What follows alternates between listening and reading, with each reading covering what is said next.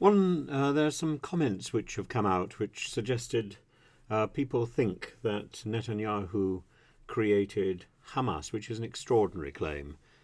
He didn't. Hamas was a development from the Muslim Brotherhood, and has and I've done a video about that a few days ago.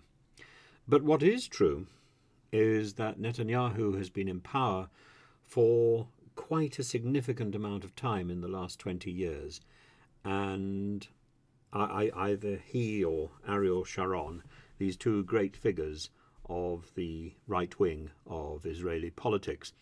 And there's a very interesting statement made in a Facebook post in October in 2019 by a member of Likud, and who was a diplomacy minister, one of Netanyahu's ministers. And she says, Netanyahu wants Hamas on their feet. If Hamas will collapse, Mahmoud Abbas, the president of the Palestinian Authority, might rule the Strip, and if he rules it, there will be those on the left who will encourage negotiations and the establishment of a Palestinian state. So the argument which is being put forward, which I think is very convincing, is that Netanyahu has tried to keep Hamas in power by occasionally attacking but never crushing Hamas. And this, of course, is an extraordinary claim. I think in the end it's probably going to be proven to be correct. I think Netanyahu has tried to appease Hamas by granting work permits for Palestinians to work in Israel, and that number has grown over the years to 20,000, 10,000, whatever.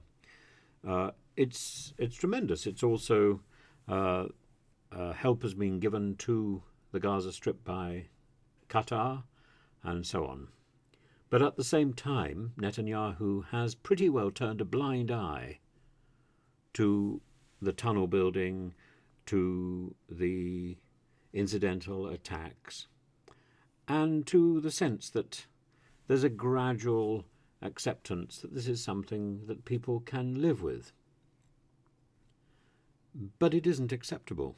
And so when he was warned, or if indeed he was warned by Egypt that Hamas had a project and were planning something big, and he ignored it, that's not that surprising, because Netanyahu had got to the point where he felt he was invincible, where he felt he'd acquired a position where he could focus on internal issues rather than the threat from Hamas terrorism. He was wrong. And I think when the dust settles, he's going to have to be held to account. And I think his policies have, in large part, helped to enable, if not create, the monster that Hamas has become. But the idea that Netanyahu created Hamas is absurd.